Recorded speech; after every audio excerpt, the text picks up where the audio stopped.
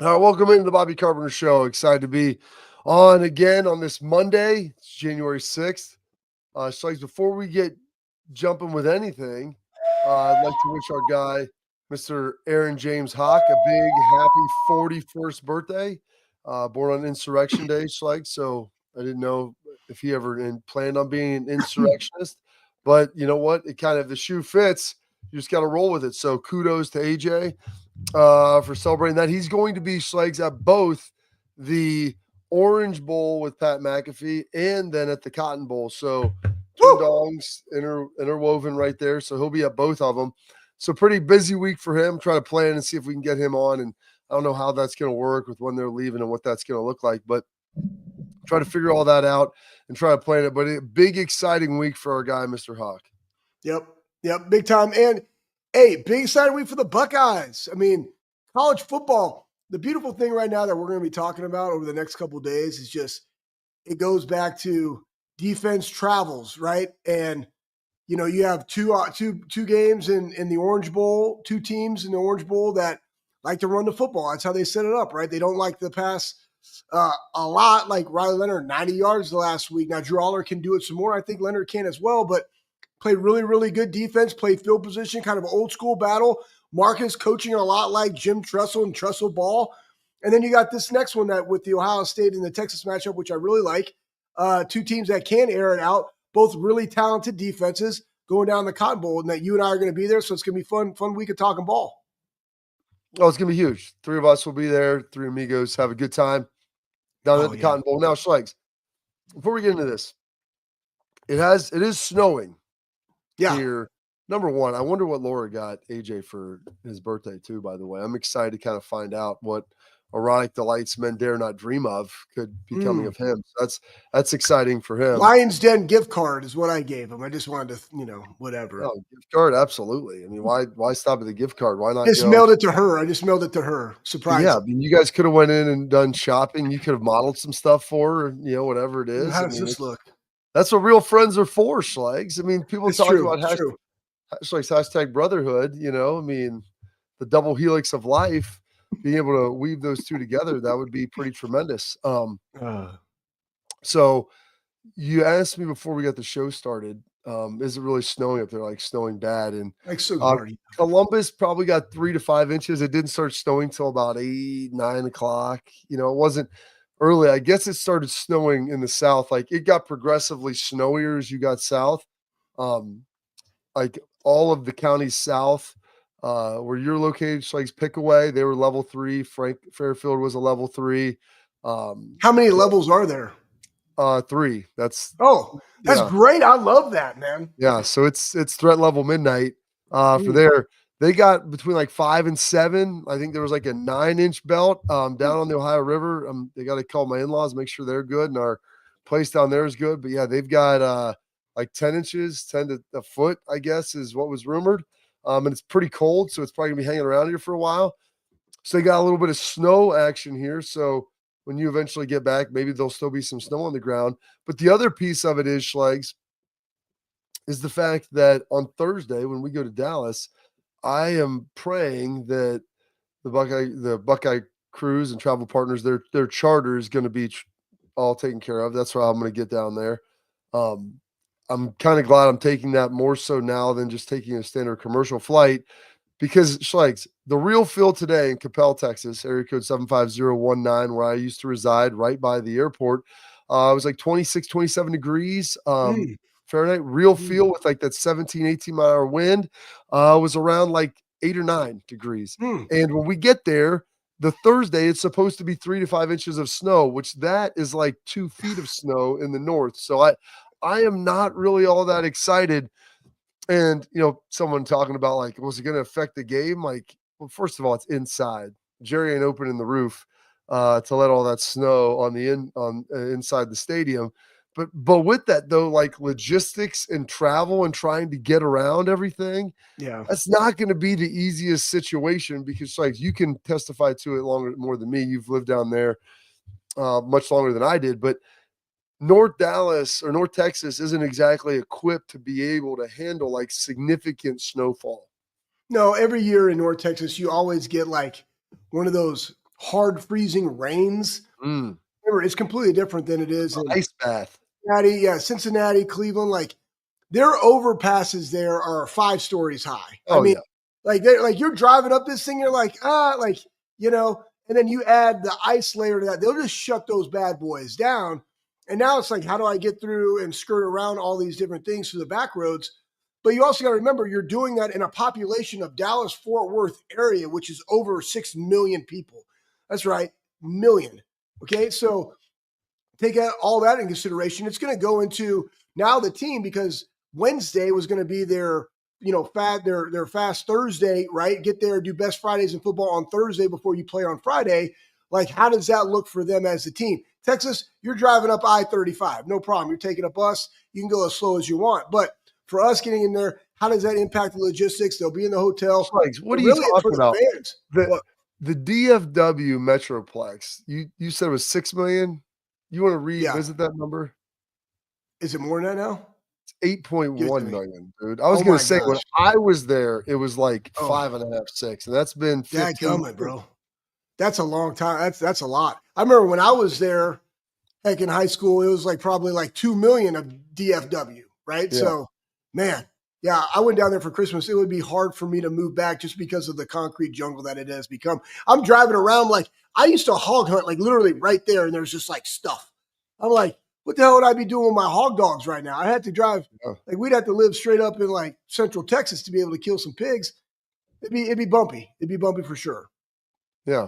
But yeah, so we've got that, those 5-story overpasses and everything, and just for players and because everything, so like like the schedule, police escort. I mean, it's down to the minute of where they're going to be going, what they're going to be doing. And so they had the Super Bowl there in 2010, and it was a very similar situation.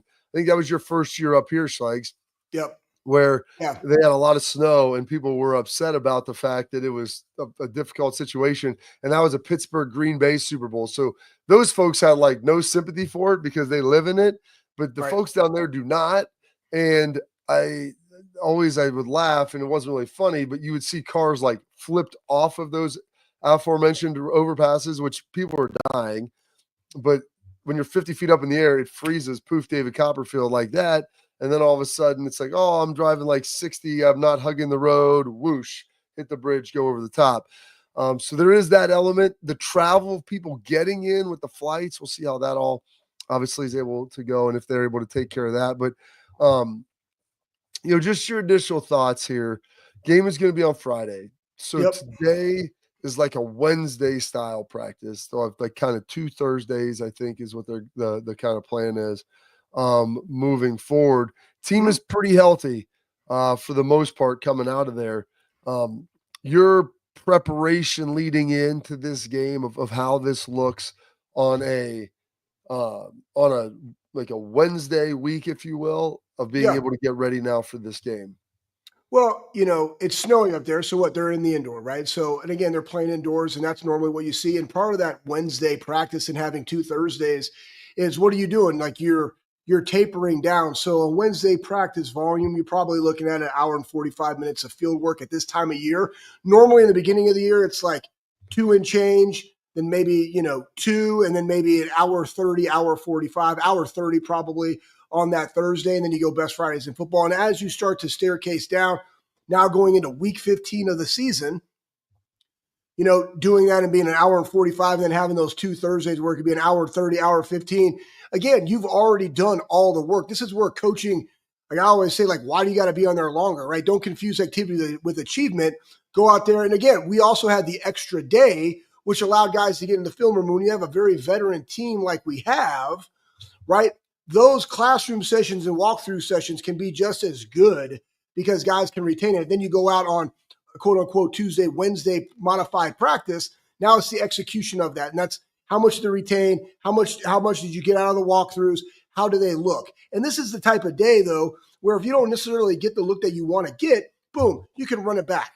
Right. But then on that next day and the following 2 days, you want to be as sharp as you possibly can be while you taper for this one. Because again, now you're in week 15. We talk about week 15 is something that's uncharted territory for these guys outside of like high school football, which they already played 16 games to win a championship. It's not the NFL yet, but these guys have been so accustomed to a 13, 14 game season. Now it's going into week 15. What does that look like? And they're making adjustments accordingly. Yeah, and this is these, like you said, it's uncharted waters. None of these guys have played this many games in college football. It's going longer. It's more intense. There's more to it. Ohio State being healthy, as you're going to get right now. Obviously, the attrition earlier this season. But I think this also, I'll add this quote too. I'll add this to it. It's also why having somebody like a Chip Kelly coming in, who also was in the NFL. Coach Day himself was also in the NFL. Like, they understand this. Mickey Marotti, he's been around for 30 years in college football, but guess what? He has a lot of his guys that are in the NFL, right? That are strength coaches in the NFL. Phil Matusa with the Steelers, and Anthony. Dadgummit, what's Anthony's last name? Oh, son of a biscuit, just escaped me. He's the head strength coach for the Tampa Bay Buccaneers, but they know everybody, right? So Anthony Schlegel, Frank Pirano was, he's with the Giants right now. He has a ton of guys that also understand what this looks like, from what are they doing in the weight room? What are the days that we can get the work that we need to get into? All of this goes into how can we have the fastest, hardest, playing, most violent team on Friday in the Cotton Bowl. So you would be talking about like Anthony Paroli, I believe. Anthony Paroli, my guy. Yeah, my bad. Yeah. Paroli, tats everywhere. He's awesome. Tats everywhere. Sorry.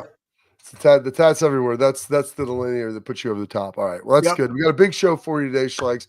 We have our headlines. We'll have our tailgate talk as always. Wrap up the show. We're gonna have Conor O'Gara join us from Saturdays Down South. Break down a little bit of this matchup. Talk about the SEC, little Texas, what he's seeing from the final four teams in the semifinals here and how that looks. We got all that here coming up next. But first, Schlegs. Parents, athletes, protect what matters most with X-Sport mouth guards, trusted by professional athletes and designed by NHL team dentists. X-Sport mouth guards are scientifically tested to help absorb those high-impact hits, protecting both your teeth and your brain. X-Sport mouth guards feature 3 layers of advanced protection, including patented use of carbon fiber, which is custom fit to that 3D grill of yours. Looking good. It means more protection, better performance, max comfort, clear communication so you can focus on your game, not on your gear. Don't take chances with your safety. Go to exportguards.com/Bobby. Save 15% on your purchase. Export. Protect what matters most. Conor O'Gara coming up next.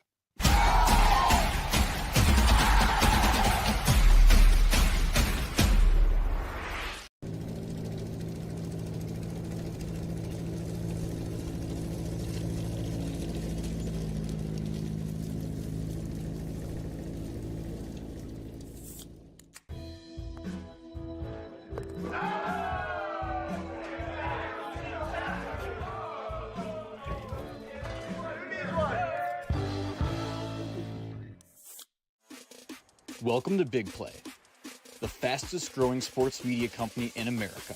I'm gonna keep it straight with you. The reason you should watch our show is because I look good, baby. Come get some! Join our millions of fans for live sports talk shows hosted by the top former athletes and sports personalities in the industry. Ohio, it's my home state. Obviously, I'm a diehard Cleveland sports fan. Watch what you want, where you want, when you want. Welcome to Big Play. Make sure you tune in. I love you, Cleveland.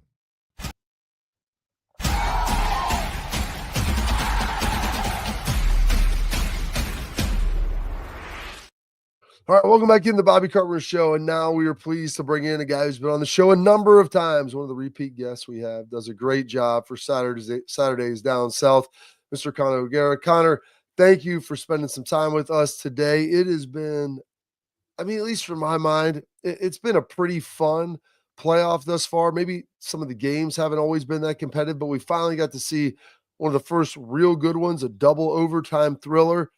But for your money, kind of looking at this holistically to where we are at this point, what have been your thoughts of the overall 12-team playoff in its first year? I think it's fair to have a lot of takeaways from what we've seen so far. You're right. That's been the only game that down to the wire you've really needed to kind of be on the edge of your seat for. Every other game has been pretty much decided by middle of the fourth quarter, at least. I think Texas and Clemson also had another one of those games that was maybe closer than the final score indicated. But I think if you're looking at this and trying to figure out, all right, what's the future of the sport? I'd be stunned if the seedings don't change with how we award the highest ranked conference champs. If that's not changed as soon as next year, just no disrespect to Boise State, no disrespect to Arizona State, but I think seeing the way that it played out had a lot of ramifications and had ramifications for a team like Oregon, that because of the way that those teams get moved up into the field, they end up having a more difficult matchup with their first playoff game and having to face Ohio State in that rematch. And Texas, all of a sudden, as that 5 seed, gets a much more favorable path to be able to get to the semifinal. I don't think that was the intent of this system. So I think they'll make those tweaks. But yeah, I tried to look at this and not expect every game to be a down to the wire thriller. And I've realized that the gap in college football is a little bit bigger than we probably give it credit for. So I've been trying to not necessarily be so cynical and be like, oh my God, Indiana got blown out, they shouldn't have been in the field. I have not been of that mindset. Well, I'm happy you haven't been of that mindset, because we've seen what the SEC has done in some of their bowl games. And again, to your point, here's one thing I was thinking about, and I totally agree with you. I think the top 4 teams, whoever they are, need to be seeded accordingly. And then as they go through the first round, readjust where they are predicated upon their performance. We do it week in and week out through the AP, and the College Football Playoff Committee can then reseed accordingly. But does it really matter how far you go? Because that's kind of the thing that I'm thinking about, right? Like Oregon, you got to play Ohio State at some point. You play them in the second round, but you still got to beat them, right? So does it really matter to get to the College Football Playoff semifinals? And that's kind of the thing I'm thinking about. And but I want to get your take right now on where the SEC stands. So you have Georgia. A lot of people favor Georgia in that Notre Dame. Bobby and I both picked Notre Dame just because we think of the quarterback coming in on his first start. But where is the SEC right now in the mix of college football landscape, with their only team remaining being Texas? The SEC is definitely tail between its legs. Let's call it what it is. Even if Texas wins the national title, there's no way that you're going to see SEC flexing. That's just not been the case. I think Ohio State beating Tennessee the way that it did so convincingly set the stage for that. And all the people, Lane Kiffin included, who are saying, oh, a 9-3 SEC team absolutely would have walled this team and that team and the other. I think those people have been much quieter over the course of the last few weeks, as they should be. This wasn't a year in which the SEC was absolutely the best conference in college football. Now, the people that are saying, well, the SEC is dead, this is no longer the way of the future, I would challenge those people to go back 10 years. Go back to when Ohio State last won a national championship. The first year of this new system, when Ohio State beats Alabama, all of a sudden the conversation is, wow, the SEC is falling off. Look, the SEC is going to go consecutive years without winning a national title after that's all it did from the year 2006 to the year 2012. And after 7 straight titles, oh my gosh, two years without an SEC team winning the national championship, that must be the dynamics are changing. And then what happens over the course of the next 8 years? 6 SEC national championships, an SEC team in the national championship every single year. So we do this, like this is cyclical. And we predicted it last time that all of a sudden the dynamics were going to change. If we want to get into a deeper story, it's actually kind of the reason I got this job, which is a different story for a different time, of like why the Big Ten emergence allowed for us to start Saturday Tradition, which is our Big Ten site that I started for us in 2015. And there is just a conversation that we always rush to. And I'm a little bit more skeptical. I'd like to see that happen over the course of 3 years. So it doesn't mean that the SEC is dead, in my opinion, because the SEC also went 13-7 against core 4 teams during the regular season. Power conference teams, call them what you will. But it's just not going to be a year in which the SEC flexes no matter what the result is the rest of the playoff. So let's dive into that a little bit deeper. We can get into the games a little more, because I think this is an intriguing discussion. Why is that? You can talk about just the cyclicality of the teams and the nature of some of that, but there was a number of teams I think people anticipated being really good. It seems like all these schools, if you look at them, Connor, their recruiting rankings over the last 4 years would still indicate that they're still as loaded as talent as they've ever been. But are they? And what was maybe the reason for some of the shortcomings, like Nick Saban's absence notwithstanding? That's a huge part of it. Just has to be. I mean, he's elevated the floor of the conference for the 17 years that he was a part of it. And go figure that it actually coincides with the SEC not firing a head coach. No SEC head coaches were fired at season's end, this is the second time that's happened in the last like 2 decades. It's extremely rare. It just doesn't happen. I mean, the SEC has built a reputation for firing coaches and paying this ridiculous buyout money, and a 16-team SEC did not have a single coach firing. Now, where I think it gets into that discussion of like, why didn't the SEC live up to that? Why did it feel like a lot of these teams ended up being disappointed? I think so much of that is Georgia. I think Georgia's the team that you look at and go, yeah, it's fair to say that it was a disappointing season. Yes, you won the SEC, but you were preseason AP number 1. The conversation I was having in the preseason about Georgia is, where are the weaknesses? And by season's end, like, well, the weaknesses are those areas that they couldn't figure out in a post Brock Bowers led McConkey world. And so you look at a team like that all of a sudden just didn't have that go-to, that go-to, whatever you want to call it, playmaker on the offensive side of the ball. That was a big part of it. Bama not being as good is definitely part of it. LSU not being as good was part of it. Texas kind of has, in my opinion, been about at expectation this year. And I think you could look at a lot of these different teams, go, well, just none of those teams competed for a national championship. And having 3 teams in the playoff field probably showed you that this conference just did not have a bunch of those national championship contenders. So, like, individually, like, when we break down to the idiosyncratic element of each team, like, and I know there's kind of different reasons in different places, but, this is LSU team that wasn't great. I mean, South Carolina, you could make the argument for was the 3rd best team, maybe definitely the 4th, but possibly the 3rd best team by the end of the season, the playoff. What do you think is this like a new transfer portal world? Is this due to NIL? Is there something there with each of those individual teams that, individually is isolated, but there is some collective maybe momentum moving around to where it's not just in the SEC, but maybe big schools are going to have a hard time holding on to all of the talent that they recruit, given the way that the structure is set up now? I think that's definitely some of it. I mean, the talent is being spread out a bit more. I think one of the things these 4 teams in the playoff have in common is that they are content taking a loss in the portal. And I mean a loss just from a quantitative standpoint. They've taken a loss in each of the 3 cycles of the portal era. If you want to look at 22, 23, 24, Penn State, Notre Dame, Texas, Ohio State have been willing to take a loss. Like, Texas had 25 dudes in the portal last year. And on the surface, you might look at that and go, oh my God, what's happening at Texas? A team that didn't have coordinator changes, didn't have a head coaching change.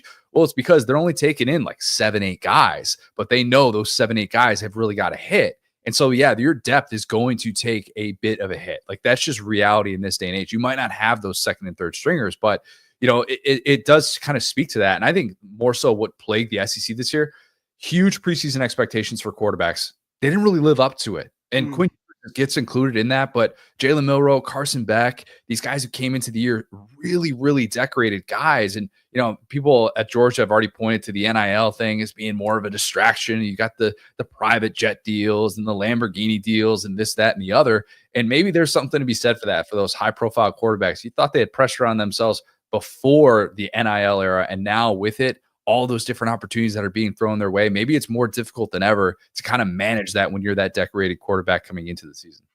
Well, let's go back too, because you just brought up the whole portal thing, and I totally understand, guys. We've seen a lot of guys even from Ohio State, but they're 4th, 5th year guys that are going for a chance to go play. I think truly, though, it has to change in regards to, and I want to get your take on this. Here's my opinion about the portal. Okay, I can't stand 2. There needs to be 1. It needs to coincide with the school year. It needs to be at the end of April and not even do spring football, in my opinion. What you need to do is you need to have a portal period, and then you need to go to a 6-week OTA, just like the NFL. And that way it coincides with the school year. You get 1 time to transfer. That way everybody knows that's how you manage your roster. And I think with that, guys will be able to come up and be able to prove themselves. But now coaches understand where their rosters are all the time, and you only get 1 time a year to be able to transfer. What's your thoughts? I like a lot of that. The only pushback I would give, and I think it's a perfectly fair point, it does have to coincide with the school calendar. For those who are saying, well, why can't you just do it in the beginning of March? It's like, well, it's still college football, and it's still difficult to be able to get into schools, and you're just going to have a wasted semester, and you're going to have kids that aren't even enrolled in classes, and that's a whole different issue for a different time. But it is part of the conversation. The only area that I would push back on, look at the history of quarterbacks that transfer post-spring window. It's not good. Even Joe Burrow himself was a post-spring transfer that first year at LSU. And if you go back and look at the first 8-9 games that he played at LSU, he was super, super limited in what he was able to do. Will Levis is a guy that transferred pre-spring, but that enrolled post-spring. And getting on the same page with those guys is really difficult to do. And that's why all these quarterbacks, if you compare the market for quarterbacks in the portal in that post-regular season window compared to it post-spring, it's night and day. Now, I understand what you're saying. If you just take spring football off the table, then everybody's kind of starting from the same place. Exactly. So it's a little bit different.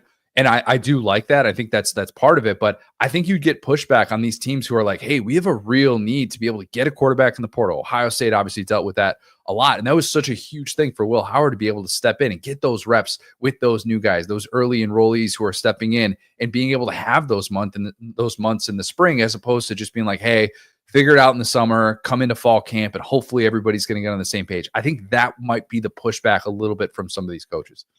All right, well, we're going to take a quick break. Be back in a minute. We got more with Conor. Saturdays in South Saturday tradition here coming up next on the Bobby Carpenter Show.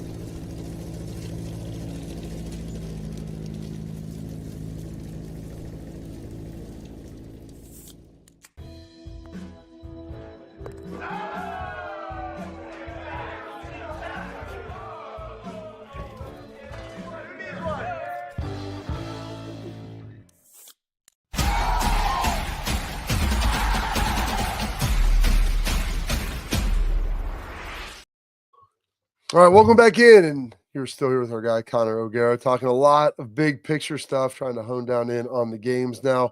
With the semifinal games coming up, obviously the Georgia Notre Dame game delayed a day, a lot of things going around there. Kind of your takeaways from that game before we move forward. With Gunnar Stockton, do you think? Because I thought he played pretty well. Given the circumstances, given the situation, do you think that Carson Beck would have made a difference in that game with what you've seen from him this year? No, I don't. I really don't. I thought Gunnar Stockton made some throws that Carson Beck wasn't making all year, especially over the middle, where Carson Beck last year was phenomenal in those areas. And there were some balls that Gunnar Stockton was throwing just zipped on some of these intermediate routes that I thought were there and part of the Georgia offense in ways that we really hadn't seen. To me, the bigger issue with Georgia wasn't just health, and you have to credit Notre Dame's defense. I think they would have been able to do that to any Georgia quarterback on the roster. Now, maybe some of the backside pressure that Stockton faced would have been received better by Carson Beck. At the same time, look at how he hurt that elbow. Backside pressure, end of the first half against Texas in the SEC championship. But I thought Mike Bobo kind of failed him. And I thought Mike Bobo kind of failed this team this year. And I understand Georgia had more issues with drops than any football team in the country. But at the same time, Mike Bobo and his offensive game plan was baffling. And seeing them go for it with 39 seconds left in the first half of a 63 game with a first-time starter, when you're getting beat on that backside pressure, your left tackle's getting whipped out there. And for them to think that you're going to steal some points in that spot, I'm just scratching my head going, what are they doing? It was just, you're just playing with fire at that point. They're throwing wide receiver screens with 2 minutes left of a 13-point game. Like, what are you doing? Like, who are you fooling? This Georgia team regressed significantly offensively. They didn't have a first half touchdown in their last 3 games. I mean, they scored 10 first half touchdowns in 12 games against power conference competition this year. Mississippi State had just as many. Mississippi State went 2-10 this year and was a team that did not beat anyone in the SEC. So, like, to me, Mike Bobo failed Kirby Smart, and that was a controversial hire when he made it after Todd Monken left for the NFL. I think Kirby Smart should be able to move on from Mike Bobo. It's not to say he's the only reason that they lost that game, because Notre Dame played extremely well. But yeah, I came away from that thinking they were let down. They didn't have an identity all year offensively, and it showed at the worst possible time. A lot of that is because they couldn't run the football, and they also gave up a 98-yard touchdown return on a kickoff, Yeah. right? So to start the second half, we talk about winning the middle 8, like they lost the middle 2 because that's how they got all their points. And they played well enough. Again, Gunnar Stockton played well enough to keep them in that game. But again, some of the choices. Now, part of that is also on Kirby as to like, hey, we got 39 seconds here. Let's take it to half being only down 3, right? Like you get to override some people. In that situation. Let's go into the games, though, because we got 2 big ones. I want to know, how do you feel this Notre Dame, because it's really a tale of 2 different games in and of themselves. You have old school, kind of Midwest, Notre Dame, Penn State. Based off that Georgia game, based off of what Penn State was able to do, how do you think this game's going to shake out in the Orange Bowl? I think Abdul Carter could take over. I think he could. I think he's been one of those guys that, like, if he's playing, I know James Franklin's been keeping it very coy, so I should probably mention that as well. It's not necessarily a guarantee that he's going to be out there a full allotment of snaps. But if Riley Leonard is running for his life in the passing game, I do think that's a little bit of a difficult draw, a difficult ask for that Notre Dame offense, which obviously the things that they've been able to do with the ground game with the 3-headed rushing attack in the latter half of the season is the reason why they're in this spot, why they've been pretty much invincible since that Northern Illinois game. And I do think that you look at that matchup and go, all right, which one of these coaches with these moves down the stretch is going to be able to push the right buttons in moments that are going to define their careers? I mean, we're talking about Notre Dame playing in a national championship potentially. We're talking about James Franklin, the guy who's 3-19 against AP top 10 teams coming into this year. Can he win another one of those types of games and get Penn State into the national championship? It's going to come down to, I think, those decisions down the stretch. I have a slight lean towards Notre Dame, a slight lean, just because I think that James Franklin is going to surface at some point, and maybe me just being out on James Franklin is part of that. But I do think that what Notre Dame has shown well with Riley Leonard is the ability to control a game down the stretch, make those smart decisions. Everybody's going to be talking about that offside penalty that they drew on Georgia forever, and rightfully so. I mean, it's a move that you just have to have a lot of guts to be able to make it in that spot. I'm going to trust the Irish. I'm going to trust Marcus Freeman to be able to kind of take care of those key decisions down the stretch and find a way to get past Penn State. What'd you like and dislike about Texas in that Arizona State game coming out of it?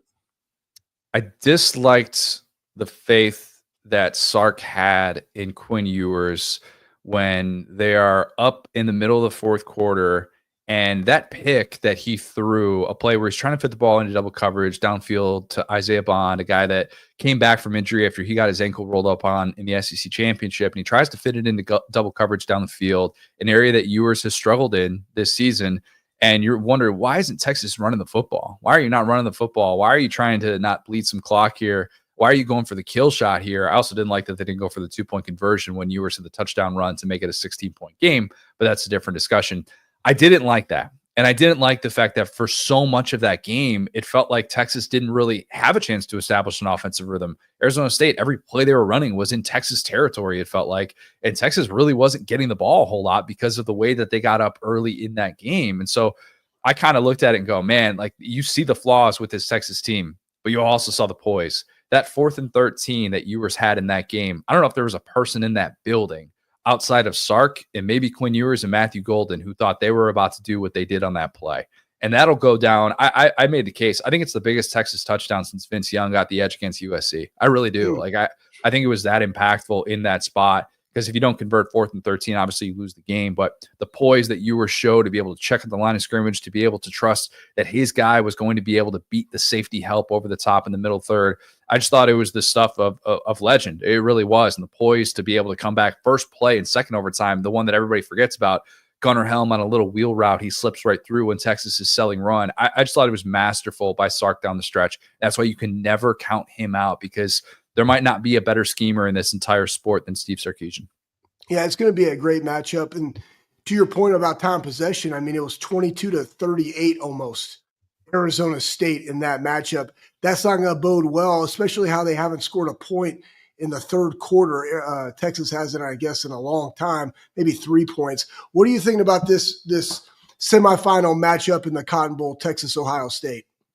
I mean, everybody's going to want to know what's Texas going to do to slow down Jeremiah Smith. Is there anything that they can possibly do to slow down that guy? And I'm sure you guys have talked about it ad nauseum already, and rightfully so. I mean, the run that he's on is just, it's the type of stuff that I think we'll look back on 10 years from now and he's, making absurd money in the NFL, and we'll go, remember when we had that guy playing against college competition, how funny that was, even though he's only 18 and 19 years old. I mean, it's a fascinating matchup because in theory, Texas should look at its secondary and go, well, we can hang with anyone. In reality, if they assume, hey, we're going to play man coverage, we're going to play single coverage on this guy, they're digging their own grave. And it doesn't matter that they've got the Jim Thorpe Award winner in Jahdae Barron. It doesn't matter that they've got two of the best safeties in all of college football with Michael Taff and Andrew Makuba. Like they have a unit that in theory should handle the pass extremely well. And maybe there are going to be moments in this game in which that happens, but it's going to be extremely difficult to get the right looks on Jeremiah Smith. And even if he finds those soft spots in zone coverage, which I expect he'll see a good amount of, you still are going to be going, man, how is this guy getting loose? How is this guy going up and making plays with small throwing windows? But the trust that Will Howard has in him is everything right now. And it's why Ohio State has looked like this all-world juggernaut team. And I think that they're capable of doing it. But Texas is going to be able to play a 60-minute game, in my opinion. Making those tough defensive stops down the stretch might be a little bit too much to ask from them. Who do you have in the finals? I have Ohio State and Notre Dame, the Marcus Freeman Bowl. Could we call it that? I mean, that's what it would be at this point, right? Oh, the Jim Tressel Bowl might be more appropriate. Oh, that's good. That's good. Given the way Marcus is playing there, and I mean, when you score 24 points with under 200 yards of total offense, Connor, it's a pretty impressive sight, I guess, to see. And I know there would be a ratings bonanza. All four of these teams. I mean, here at the end of the day, though, Connor, the CFP had to get what they wanted. I mean, you've got four massive brands. You could have slid Georgia in for Notre Dame, but this is about as big of viewership bonanza as they could have hoped for. I think what so many people with the demographic that I often speak to and SEC fans have lost a little bit of sight of the need to make the sport national. And I have a lot of friends, I grew up in the Midwest, as you can tell from my background, like everything about me, I profile as a child of the Midwest. And I think there are so many people that during this SEC run of dominance, however long you want to call it, there were a lot of championship games where they didn't really feel like they had national appeal. I think this year is going to have real national appeal. A big part of that being you're going to have a first-time national championship winner. That is appealing. That is fun to be able to watch. There are huge brands that have national fan bases that are going to be able to celebrate something that, look, in the 12-team playoff era, that is no small feat to get to this place. And I think it'll feel a little bit different. There's going to be a little bit more of this buildup as opposed to, the BCS era, or even in the 14 playoff era where it's team X blows out team Y. And then, they're in the national championship and, they're a 10-point favorite. And then the game's never close. And why did I care about this playoff? This has the potential to kind of change that for those who are just watching without necessarily that vested interest of their specific team in the national championship. So I agree. I think it's going to be a ratings bonanza. I think the college football playoff got what it wanted. Not to say that they're rooting against Boise State, Arizona State, but I do think it benefits them to have one of these big brands in the national championship. Well, we appreciate it, sir. Big Brand U is here. We'll catch up again shortly. Thanks for joining the program. Make sure you check out Connor's stuff there. Saturdays Down South, Saturday Tradition. We appreciate you, sir, and you have a great, wonderful rest of the week. Gentlemen, appreciate it. Thanks, Hart. There's Connor. Coming up next, we got our headlines on the Bobby Carpenter Show.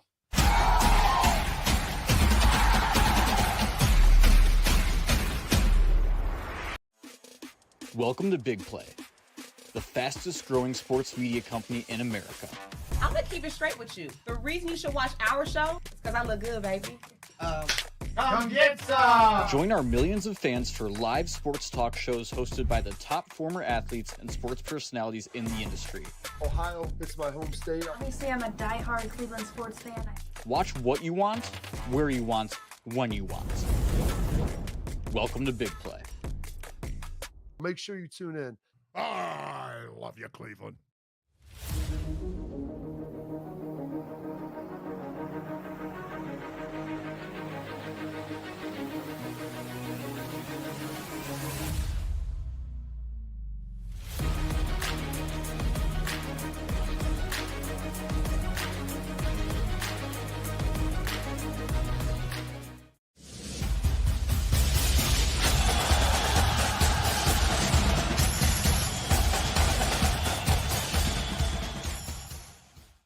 All right, Strikes. Now we got some of our headlines. We got some of our big ones. And man, you love when players get involved with their coaches post game. And we talked about this, about the guys' love for Ryan Day and how they gravitate towards him and how passionate they are about him. And Brandon Ennis, wide receiver, and it's not like he's one of the stars. He plays his butt off, man. He's awesome. You see his blocking that he had out there, and he's made some big catches this year.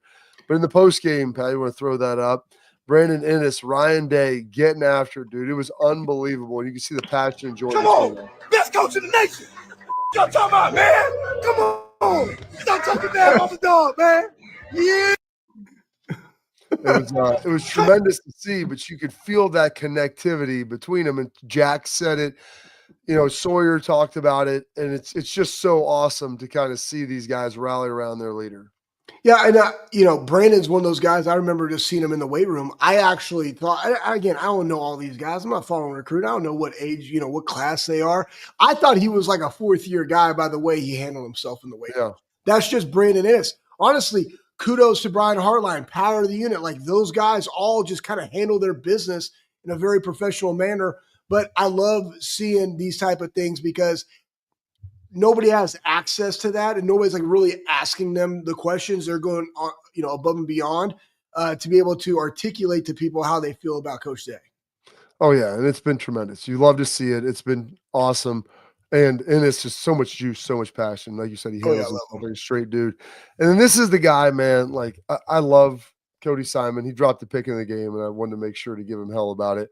But Schleg's at the same point in time, like Cody Simon is what personifies college football to me. Like what makes it great is see a guy who, last year was thinking about just leaving, and like going to take a stab at the NFL. If not, go start my life career in finance. His mom works up there in banking. His dad's a West Point guy, super disciplined, never really started. And his first year as a starter, captain, Blocko, Rose Bowl MVP, 11 tackles, 3 for loss, 2 sacks, unquestioned leader of that unit. He's been an awesome piece right there in the center. And he's helped his draft stock immensely. And so, like, this is why we watch college football, and this is why we love it.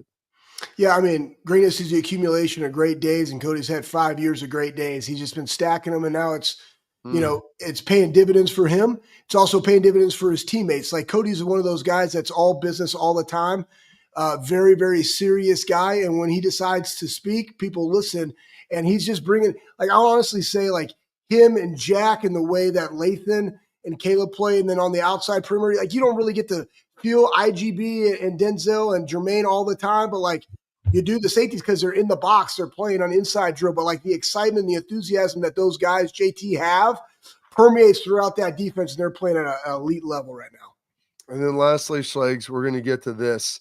This is amazing. Steger, who's played pretty well this year, and hopefully we can get the video to fire. Fire this video up, Pat. Because it's a good one. And it's a great catch by J.J. Smith on the side. But as you watch Justin Fry over here, as the catch goes through, it's phenomenal. He is not a happy dude by any stretch. Integra trips. You can see him fall down right there at the end of the play. He catches the ball, and they zoom in, and it goes right to Justin Fry's face. Like, it's a great so fired up, pointing back at Integra, just angry. And it was like everybody gets clipped on their heels sometimes. It's just how it works. You see him right there at the end fall down. But Justin Fry was holding nothing back, man. Just he's probably – I love that. It's probably – well, one, there's a couple of things that happened on that. They were pulling Integra. Carson had to go to his right to block that guy. Snaps low and to the right because that's where he's moving, right? So he might have been upset at that a little bit, but then also Integra just falls right in his face, and so now you get Fry. Again, guess what? Always be coaching. That's the point of the story, right? It doesn't matter. You're in the Rose Bowl, always be coaching. I think it may have been a WTF in there as well, but either way, like, why wouldn't there always be coaching all the time. All right, that's it for headlines. We got our tailgate talk with a big one, Schlegs, from our friends at Real Truck coming up next. Ooh.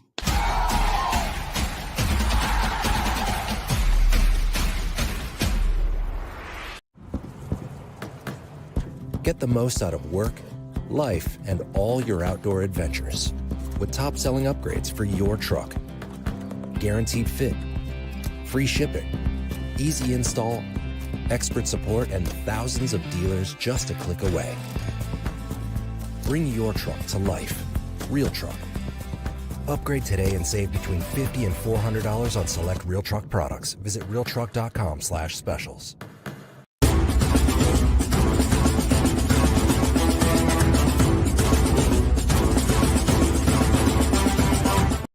All right, now we're Tailgate Talk, brought to you by our friends at Real Truck. Real Truck, it's one of the best.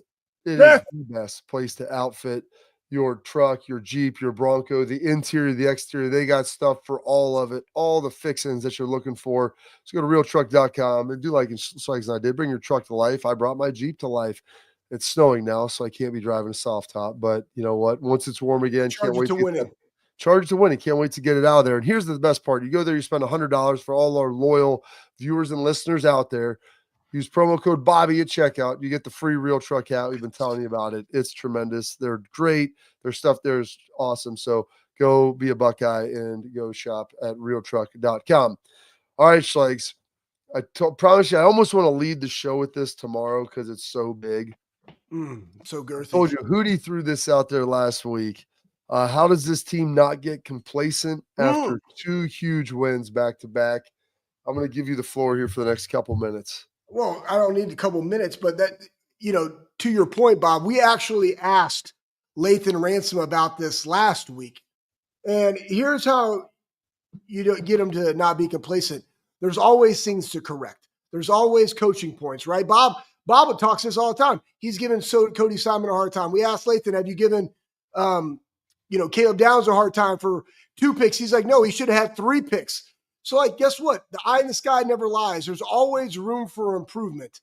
And so that's how you keep a veteran team engaged. Plus, you got guys that want to be coached hard. You heard about Jeremiah Smith. Hey, Brian Hartline, coach me hard. When you got J.J. Smith, you got an Emeka Mbuka, you got Carnell Tate, you got a Brandon Ennis, you got all those guys are in that room. Hey, coach us hard. It doesn't matter that it's week 15.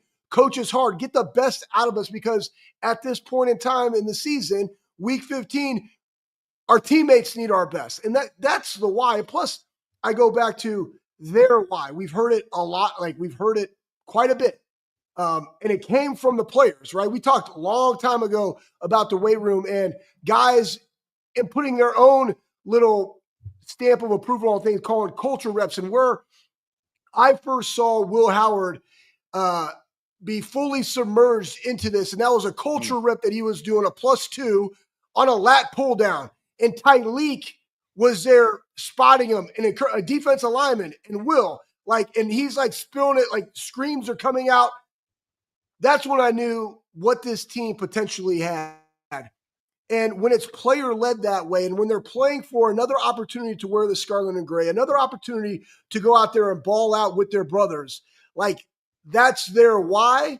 That's what motivates them. They're not complacent. They want to go out there and execute. That's what they keep talking about, execute at a high level versus whomever, and this week it happens to be Texas. Well, and the reality is too, Schlegs, they still haven't won anything. Not anything of major consequence yet. And so we joked with Lathan last week about, I want to be in the locker room.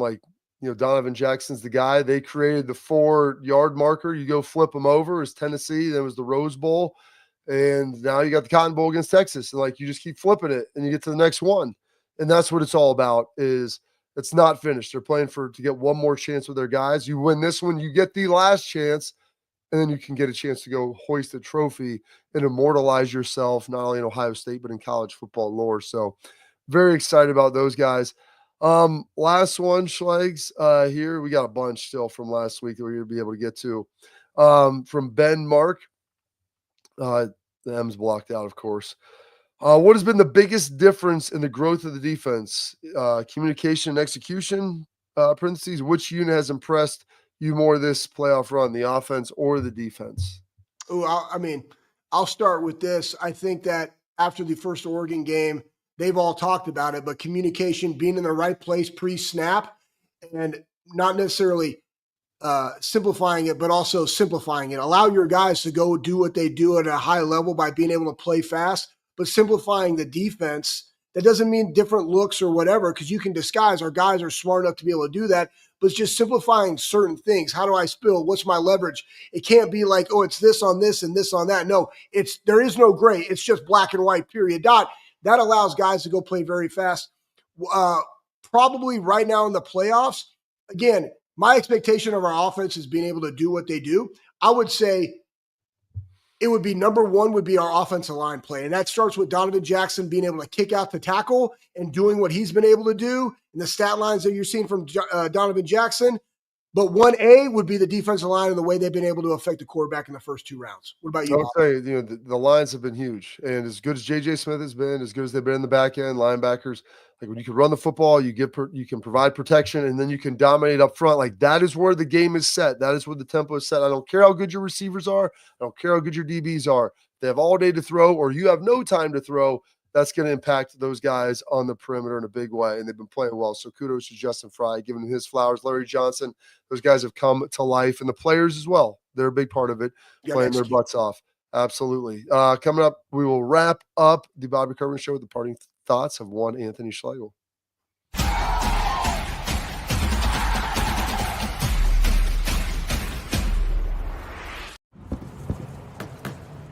Get the most out of work, life, and all your outdoor adventures with top-selling upgrades for your truck. Guaranteed fit, free shipping, easy install, expert support, and thousands of dealers just a click away. Bring your truck to life. Real Truck. Upgrade today and save between $50 and $400 on select Real Truck products. Visit realtruck.com/specials.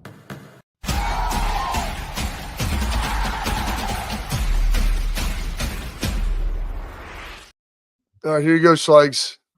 Floor is yours. You get the final. Yeah. Throw that stat up there, Pat, my guy, Project Pat. So I just told him to throw up the Q and Trey rushing. And Trevion Henderson, 925 yards, 10 touchdowns. Quinshon Judkins, 924 yards rushing, 10 touchdowns. Guys, why don't I throw it up there? I go back to the very beginning when Ryan Day talked to Trevion Henderson and said, hey, we have an opportunity of getting Quinshon Judkins. That just doesn't by chance happen, guys. That happens with a Nick Savage, who's the head strength coach at Ole Miss, Mickey Marotti, dudes in the building, right? Going out like, hey, we have an opportunity to get in this guy. We knew he'd be a great cultural fit. We knew that he needed what we do at Ohio State. Coach Day goes to Trevion and says, hey, man, we got an opportunity to get the number one running back in the SEC. What are your thoughts? You came back for this. I want you to engage. Coach, bring him. Look what this does. Take that. Boom. 66 yards to the right side, all the way down. Sprints past everybody who had better angles than him for Oregon, who's a fast team. Touchdown. Why? Because they've shared the load. Their stats are identical. They're both having great seasons for what they've been able to do. And the reason that you're going to be able to go further in this playoff is because you have depth and your guys are fresh, and you have two dudes right now, fresh, like number one backs in the country, both for the Buckeyes. They're going to have 2 big weeks here, in my honest opinion, but it starts with Texas. All right. Well, that is it for today's show. Thank you for tuning into this edition. Stay locked in tomorrow, 12:30 Eastern, the Bobby Carpenter Show.